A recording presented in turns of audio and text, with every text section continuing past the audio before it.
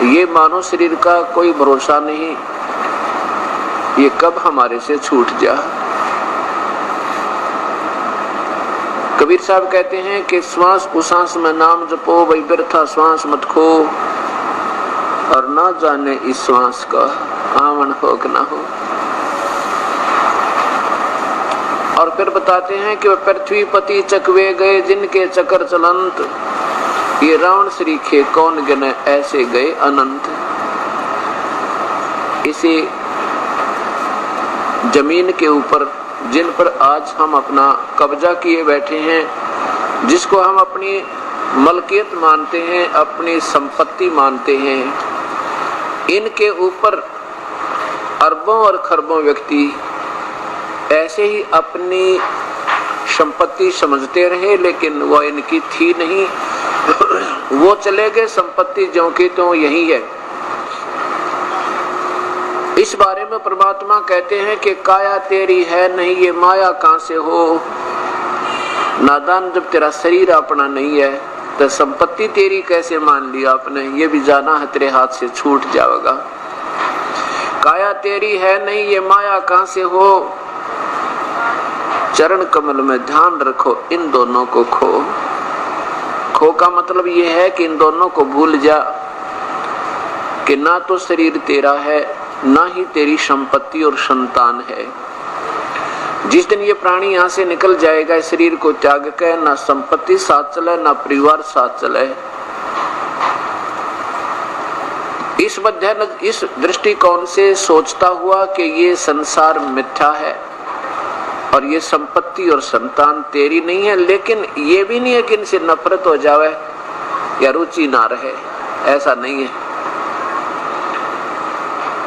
हमारा जो प्रारब्ध है, संस्कार है, उसको हम पूरा करेंगे और साथ में परमात्मा के नाम को, परमात्मा के ध्यान को, परमात्मा की सेवा को सर्वप्रथम रखते हुए हम सब काम करते रहेंगे।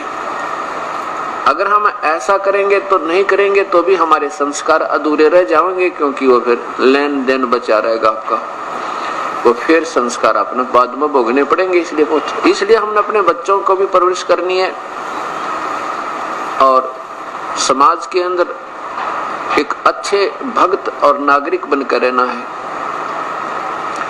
बीड़ी शराब मांस तंबाकू कोई अमल नहीं करना, किसी की आत्मा दुखी नहीं करे। चाहे एक समय रोटी ना प्राप्त हो कोई बात नहीं, पर किसी की आत्मा दुखा के और 2 नंबर का काम करके या कोई रिश्वत लेकर अपना पेट पोषण नहीं करे, परिवार पोषण नहीं करे, ये एक अच्छे नागरिक के गुण होते हैं। फिर उनके निकट परमात्मा स्वयं होते। हमने अपने एक शुद्ध आचरण करके समाज में ये भी दिखाना है कि भक्त किसे कहते हैं। यदि हमारे कर्मों में, हमारे कर्तव्यों में आम नागरिक जैसी ही भनक आती रही, ऐसी झलक आती रही, तो फिर भक्ति और भगत और अभगत में, यानी संत और असंत में फिर अंतर क्या रहा। आपस में प्यार तो रहे, किसी प्रकार भी अपनी आपस में, जैसे परिवार के अंदर जो बड़े भी होते हैं छोटे भी होते हैं, उन सब का सहयोग लेकर चले। कबीर साहब कहते हैं, एक ने कही दूसरे ने मानी, और कह कबीर दोनों ज्ञानी। एक कोई कहते भी ये काम ऐसा करते हैं परिवार का सदस्य, दूसरा कहे कोई बात ना ऐसे कर लेंगे, और फिर प्रेम से समझावे थोड़ी देर बाद कि इसको ऐसा कर लें तो ठीक नहीं रहे, और उसी समय उसके साथ उठ पटांग कह दे नहीं ऐसा नहीं ऐसे करेंगे, तो वो खींचातानी बन जाती है, वो अशांति का मूल कारण बन जाती है। इसलिए हमने अपने समाज में भी प्यार से रहना। जैसे आपको कोई गाली दे देता है, कोई बात नहीं, आपके अंदर उतनी ही वापस गाली देने की फिर अंदर से कसक होती है, तो फिर तो भी आप भक्त नहीं बने, अभी आप में साधुता आई नहीं है। कबीर साहब कहते हैं, आवत गाली एक है उल्टा हो अनेक, और कह कबीर मत उल्टियो व रह जाए एक की एक। एक ने गुस्से में आके, क्रोध में आके, किसी के कहन सुनते या मिसअंडरस्टैंडिंग तक, किसी की गलत धारणा से आपको कुछ उठपटांग कह भी दिया, तो आप उसका तुरंत प्रतिफल में बदला मत दो, उसका तुरंत जवाब मत दो। फिर वो एक देगा, एक और दे देगा, वह दो ना हुए। दो जब होगी जब आप उल्टी दे दोगे, उल्टी गाली आप उसको पकड़ाओगे तो वो 20 और सुनावेगा और फिर हाथापाई हो जाएगी और फिर हानि ना जाने कहां तक पहुंच सकती है। इसलिए क्या बताते हैं कि आवत गाली एक है, उल्टा हो अनेक, कह कबीर ना उलटियो व रह जाए रहे एक की एक।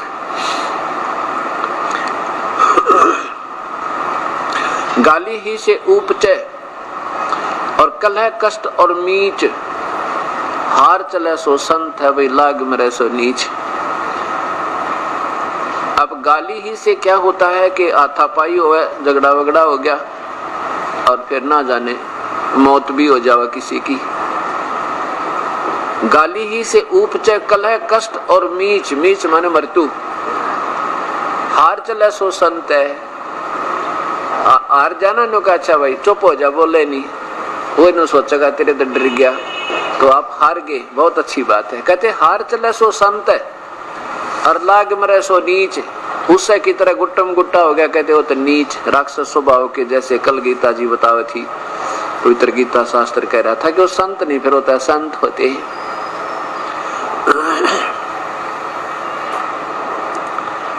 अब हमने अपने संस्कारों को भी पूरा करना है, साथ में अपने अंदर बहुत ज्यादा सुधार लाना है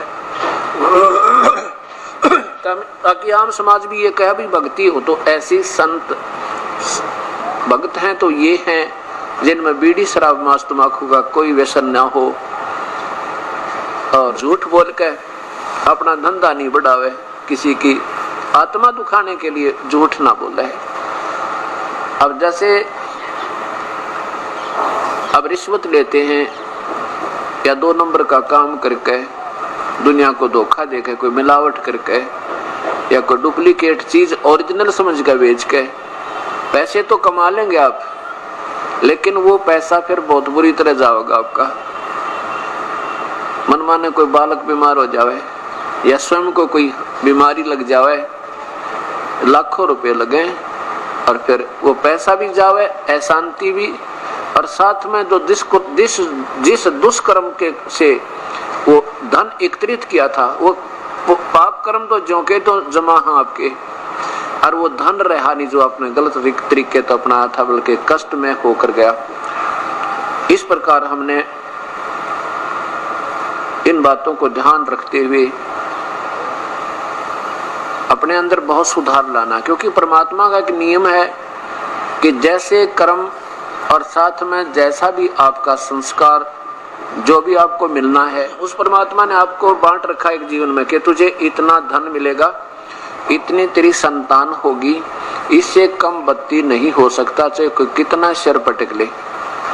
उससे अधिक करने के लिए यदि हम चेष्टा करते हैं गलत तरीके से तो फिर वो बहुत हानि का कारण बनेगी। लेकिन प्रभु को याद रखते हुए, परमात्मा के संविधान को सामने रखते हुए अपना प्रयत्न जरूर करे, दैनिक कर्म अवश्य करता रहे, प्रभु पर छोड़ दे इसका लाभ और हानि। मान लीजिए आज आपको उपदेश मिल गया, आप 2-4 महीने के बाद फिर आते हो जी कोई लाभ तो नहीं हो रहा, ऐसा कोई प्रश्न करते हैं। आप लोग लाभ किसको मानते हैं कि धन घना आ जावे, रोजाना घनी कमाई होवे, पैसे घने आ जावे तो आप लाभ मानते हो। वैसे तो भक्ति मार्ग में जब आप सही मैच्योर हो जाओगे ना, जैसे कल बताया था, वो किसान की तरह ज्ञान योग युक्त हो जाओगे, फिर ये चीज कौन चाहो तुम धन घना आ गया थोड़ा, फिर तो नो सोचोगे आज सिमरन कम होया या ज्यादा, आज मेरा भक्ति का वो क्यों एक अंग रह गया जो मैं नहीं कर पाया, ये दुख होने लग जाएगा आपको। फिर भी ये परमात्मा वो पूर्ण ब्रह्म है, परमेश्वर पूर्ण ब्रह्म, कबीर साहब सतपुरुष, ये वो शक्ति है कि हमारे भाग्य से ज्यादा भी दे देगा और अच्छे तरीके से दे देगा। आपने 2 नंबर का काम करना भी नहीं पड़ेगा। विश्वास रखना अपने मालिक पे। अब जैसे आपने 4-5 महीने पीछे बताया, दास गुरुजी क्या को आके कहने लगे जी कोई लाभ तो ना होया। और पहले क्या होता था, पहले बताते थे जी बहुत नुकसान हो चुका है, हमने ये भी नुकसान हो गया, पशु भी बिगड़ गए, व्यापार भी कति चौपट हो गया, एक बालक बीमार हुआ था उसका कम से कम भी 1.5 लाख रुपया लग गया। अब ये सोचना कि आपको मान लीजिए व्यापार में या आपके घर में पैसा घना नहीं आ रहा है और वो फिर व्यर्थ भी नहीं जा रहा है, बीमार नहीं होता कोई, वो पशु बिगड़ने बंद हो गए, आनी बंद हो जाएगी, लाभ से थोड़ा ही हो जाइए, वो आपका गना है। क्योंकि उधर ज्यादा आता दिखाई दे रहा था, फिर एकदम इकट्ठा ही चला गया तो वो लाभ नहीं था, वो तो व्यर्थ था, अशांति और बनी। अब ये परमात्मा वो है, विश्वास रखना। कह कबीर सुनो भी साधो, मैं तो हूँ विश्वास में।